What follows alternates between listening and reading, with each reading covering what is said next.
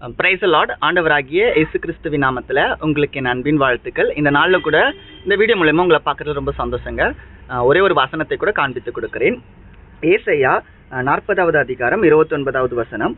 சோர்ந்து போகிறவனுக்கு அவர் பலன் கொடுத்து சத்துவமில்லாதவனுக்கு சத்துவத்தை பெருக பண்றாரு அப்படின்னு சொல்லப்பட்டிருக்கு.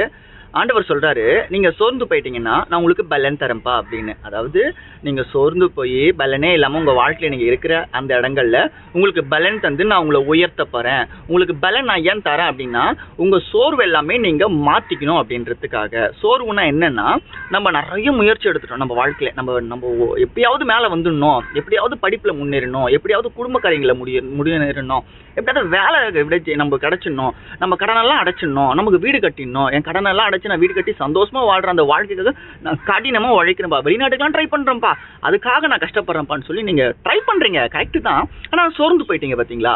இப்ப சோர்ந்து போய் இதெல்லாம் நான் ட்ரை பண்ண போறல, எனக்கு போதும், வாழ்க்கை பிடிக்கல, நான் சாவ போறேன் அப்படின்னு சொல்றீங்களா? ஏசப்பா இன்னைக்கு உங்களை பார்த்து சொல்றாரு, நான் உங்களுக்கு பலன் தரேன்.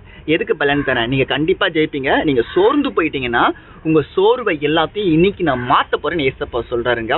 சோர்ந்து போறவனுக்கு சோர்வு இருக்குன்னா அந்த சோர்வை நான் மாத்தி பலனை கொடுத்து அவனை உயர்த்த போறேன். அதாவது உங்களை உயர்த்த போறேன், உங்க சூழ்நிலைகளை மாத்த போறேன்னு ஏசப்பா சொல்றாரு. அப்ப இன்னைக்கு என்ன பண்ண போறீங்க? ஏசப்பா கிட்ட பலனை பெற்றுக்கொள்ள போறீங்க. உங்களுக்காக நான் ஜெபம் பண்ணட்டுங்களா?